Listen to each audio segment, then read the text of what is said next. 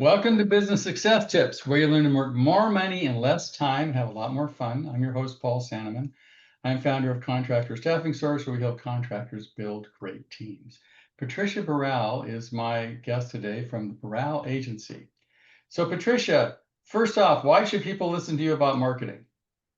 I've been in the industry far enough, like 20 years now, actually. Wow, you don't look that old. That's impressive. Oh, that's a different secret, different conversation. Okay. So, question, what do you do for like contractors, whether they're, remodelers or home builders or, people in the construction industry? Talk about digital marketing. What do you do for them? So at the beginning of my agency, we actually worked a lot with construction companies. And I quickly realized that honestly, the best approach for that type of businesses is to manage the marketing in-house. It sounds crazy, especially coming from an agency that you would think I will suggest for them to, hey, go hire an agency. However, there's a lot of things that they can do in-house. What I would recommend is that they use an agency to set all the foundational work. Think about the strategy, creating the templates, the systems. But once that's implemented, they should manage it in-house because that's where they're going to get the best results. Now, what does it managing in-house versus managing with an agency look like? What's the difference? That's a great question. So usually managing in-house, like for them, usually remodelers or construction companies, they're looking really to build two things. Number one, build trust that, hey, they know what they're doing and they can do it. Number two, showcase their work. So in reality, if they are able to post a video or post content daily on what they're working on, like before and afters, that's how they can build a lot of trust and awareness in their social media.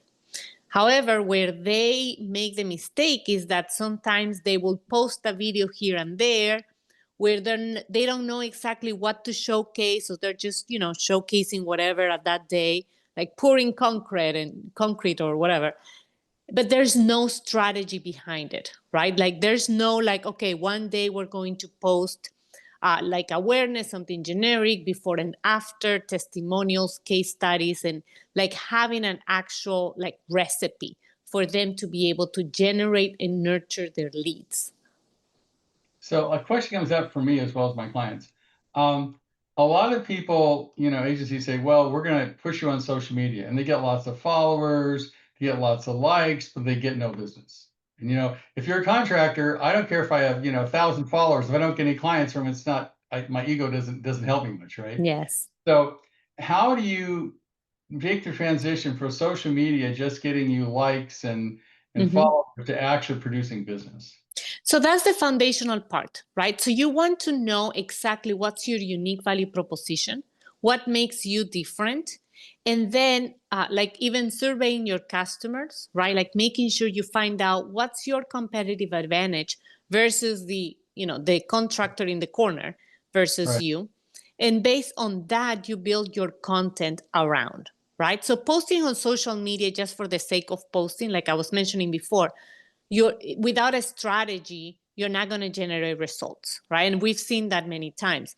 But once you know exactly who's your target audience, what's your unique value proposition, how are you different, and you have an actual recipe, a roadmap to know exactly what to post and when, that's when the conversions start to happen.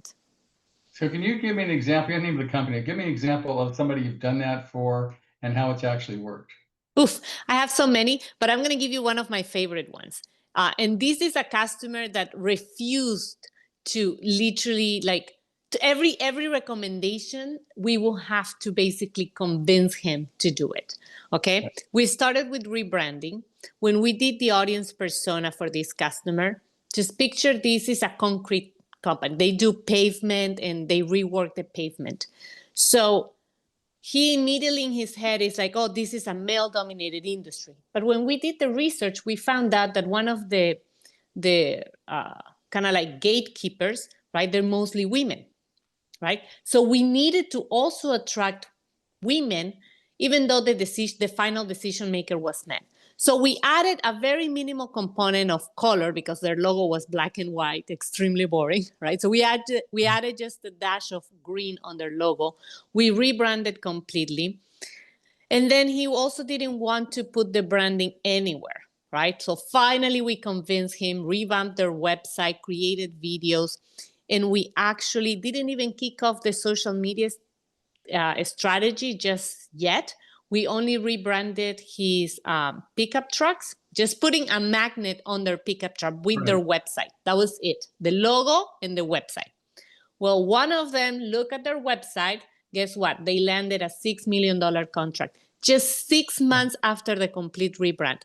And only because, and we were not able to even kick off the social media because he was like, reluctant. Of course, after he landed that $1 million contract. His mind, I see. Okay. Yes. So that brings another issue up for me, which is, I looked on your website. You talk about AI a lot, and it's a great new thing, but where to use it, how to use it. Some people go. I've heard two stories. Google hates AI. Google loves AI because AI likes AI, and you hear all these. You can watch videos and prove anything you want to watch, depending on what reel you're watching. Right? So, yes. Yes. Your opinion. Where does AI play a part in like writing blogs and writing content and that kind of thing, versus is it going to be detected as not as interesting? So I think that's a great topic right now because there's so much confusion, right? What Google hates is any kind of content that's going to be misleading and that is copy, like a copy paste, right? So for copyright infringements, right? So Google, you just think of Google as a company, right? Google is trying to serve the people that is searching and using their platform. So the content that you post has to be able to serve the users. So as long as you're doing that, you're going to be okay with Google, even if you use AI. Now, if you use AI, copy pasting from AI is a huge mistake because what you are getting, everybody else is getting because it's AI, right? Like it's a generic answer. So you need to be able to train your AI as much as possible. That's why AI agents are becoming they're going to become, I feel like, a new type of employee within your company. Right now, we are working on building AI agents, like marketing AI agents, to help you with your email campaigns, to help you with your website design, all of that. Now, the big difference is that instead of using a generic, like ChatGPT just launched their AI agent, right? But that's a generic one because it's using everyone else's information. You want to be able to create an AI agent that is like proprietary to your business with your information. How do you create an AI agent? I'm sorry? How do you create an AI agent for Oof, that's such a complicated question, Paul. I wish we had the time to go through it. However, one of the first steps to be able to create an AI agent for marketing is having that foundation because that's the information that we're going to fit in, right? We work with programmers and software developers to be able to create that for our customers. Quite honestly, right now it's like always, right? It's a new technology, so it's going to be more expensive to build. You can start playing with it on ChatGPT, and it has the ChatGPT agents for small businesses. At the moment, if you don't even have your marketing strategy, start there. Don't overcomplicate yourself because one of the key questions that we ask to our clients when we start engaging is like, what's your outcome? What do we need right now? Do you need to land a new customer at $100,000, $500,000? Okay, now let's reverse engineer from there so that we can get you there. We can get all that low-hanging fruit first, and then we can think longer term, right? So do you teach your clients how to, because to me, prompting has a lot to do with it. I mean, you tell it who you are, what you want to do. My experience is the more information you give, like ChatGPT, the better job it's going to do. Is that accurate? Correct. That's why you want to build your AI agents inside your business eventually. Okay. But for right now, you could help people, or if you give them a ton of prompts, rather than just, find me new clients, say, this is my business, this is my history, this is who I am, this is everything about me. Yes. Everything you tell, and this is the person I want to find, this is how I want to find them, this is where I want to pay them. Give me the best 4 things I can do tomorrow to help find this client or something, right? Yes. Mhm. Okay. So AI is useful in that way. It can be used, but it is, I've actually had some clients that didn't even know what ChatGPT was. Contractors, right? They're like Luddites. They're out there somewhere, but who Yes. knows, right? Yes, and if you've never used it, just start by downloading it on your phone, and you can even talk to it now. So you don't even have to type. And you can even ask questions like, hey, I don't know how to use this for my business. Recommend me prompts or recommend questions I should ask you. And, it will help you even help you. Yeah, I've noticed that it sounds more like a person all the time. I mean, it's Well, that's the goal. conversational than it used to be. Like it used to. Now it's like your new best friend on your phone, right? You can talk to Yes, about, I have this pain in my back, or I get this client, or I'm having problems with my wife. Name it. It takes on whoever you want it to be, and we'll give you some good advice, or at least some advice. correct. No, we definitely give you advice, right? Yes, yes, it definitely does. And that's one of the, I think, one of the biggest shifts that is happening because now less and less people are using Google to do searches. So now Right. your business needs to show up on ChatGPT's list of providers. Writers, right? It's got to be AI, Hmm. right? And that Yeah, has because now you can literally search on ChatGPT, hey, I'm in this area of town, or I'm looking this type of provider, this type of services, like who do you recommend? And so. ChatGPT will recommend. You're the smart person. What percentage of search? Google used to have like 95% of search or some crazy number, right? Like they own. Hmm. Is that moving over to AI like by 5%? Is it any kind of significant number? It is moving. I don't have the number right now. I don't think there's been much study on the data specifically, but it is moving. And now, because depending on the different AI platforms that they're creating, because Google has their own, like Right. Gemini, and now Bing has another one. So depending on that, it's kind of like shifting. So right now, the market itself, in terms of AI, it's very much up in the air, right? Like a couple of months ago, we were looking at some data from like our clients, like website visits, and Bing was sending a lot of traffic, and we were trying to understand why, and it's because of their AI. Right. Mm-hmm. So that's changing. So, um, Yes. I mean, I know telling people they're doing internally is scarier for a lot of people as they go, like, I don't even know what social media is or how to use it. I don't even have a Facebook account, and I don't follow anybody on Instagram. How am I going to do it internally if I don't even know what I don't know, right? So can you Yes. help people get from like zero to actually having an internal system where they can use it to market their own company? Well, I think I always like to start with the question, why do you want to do it? Right. So, depending on your sales, not everybody necessarily needs to be on every single platform. Right, You only need to be wherever your prospect is. So, let's say if you're a remodeler for a specific, let's say kitchen remodeling, right? right, Then you don't necessarily need to be like, let's say, on YouTube, or like not even depending on your customer, right? Like on mhm, LinkedIn, for example, right? But you have to be on Instagram. Depending on your location, you may also consider to be on TikTok as well. And depending on the age of your demographics, you may even throw Facebook as well, even though Facebook is slowly dying as well. right. So it really depends on your audience persona. Mhm. So what you can help people with, because I like that you're an agency that suggests you don't use an agency, which is an oxymoron. I think that's interesting. And a lot of the clients I have are afraid to do it themselves because they don't even know what they don't know, right? They go, well, Mhm. where do I start? How do I, what makes sense? Basically, most of the clients you're dealing with just want more business, more Mm. profitable customers that they like, they're easy to work with. That's where it's all going. So if they Yes. engage with your agency, Patricia, how much does it cost? How do they get started? If they like don't know what they don't know, where do they start? So I will start again just by thinking, what do they want to accomplish? Like, how much do they want to grow?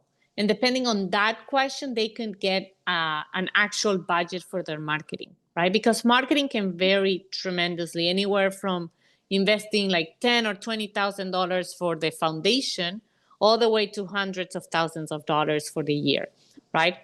However, typically what we do with companies that are like smaller, we help them with the foundation, right? And then we provide them with, like, we hire someone for them and we train that person for them, right? And that person can be in-house, like here in the States, or it can even be overseas, depending on the business, right? Because if they have someone in the team that is great at taking pictures and they love making videos, then use that person, right? And have someone else do the editing outside. So we help them create that foundation, that structure. Like something like that, depending, like I can't really throw numbers, right? It's going to depend. But you have to think on the 20,000 range. Now, it sounds like a lot, right? But this is the foundation for not just for 1 month. It's not a 1 month campaign that you're running an ad and see if it works. This is foundational work for the strategy for the next year, 3 years, and 5 years for your business, right? Some of the questions that we're going to ask is like, what's your exit strategy? Are you hoping to leave this business to your kids, or are you looking to sell this business, right? Like, because those questions matter on the strategy that we're going to be creating for them. Cool. Okay, so how do people get in touch with you, Patricia, if they're interested? I'm sure you do a first like hour talk, doesn't cost them anything, just to find out if they're a good fit, right? We do have a complimentary 15 to 30-minute phone call where we do an assessment on like where we are and what's the business. And that's where we will usually recommend if we are a good fit for them or what will be the best next step for them. And they just visit our website at boralagency.com. They go to our contact page and that's it. Sounds good. They get to talk to you? They get to talk to me or someone in my team. Okay, sounds great. Well, thanks. Appreciate being here. And if you don't know what you don't know out there in marketing land, it's changing so fast. And I mean, I always say that most construction companies should consider themselves marketing companies that use their business to pay for their marketing. And fortunately, people like Google get that. Most of the successful companies in this country get that they're marketing companies using their product or service to fund their marketing. But a lot of contractors don't get that concept. But I have found the most successful contractors I've dealt with understand they are a marketing company and they use their product service to fund their marketing, and it puts them above everybody else. So consider that as an option, right? Yes, and I always like to think of it like if you're investing like in marketing and with just one client you get to pay off that investment, or with 2 clients, right? Anyone else after that is just, profit positive on your ROI. But also I like to say, don't overthink it, right? Don't feel overwhelmed. There's a lot of technology, but this is not new. In marketing has always been changing constantly because people get bored. Like you were receiving mailers, then people got tired of that. You started cold calling and then got tired of that, video marketing, and now video is everywhere. So it changes constantly. Now with AI, it just feels more because it's such a monster, right? And there's so many services that is changing. But really use AI as an educational platform to help you understand marketing, your business, your strengths better. Great. Well, thank you. I appreciate being here, Patricia. And thank you. Thank you, Paul. Thank you for having me.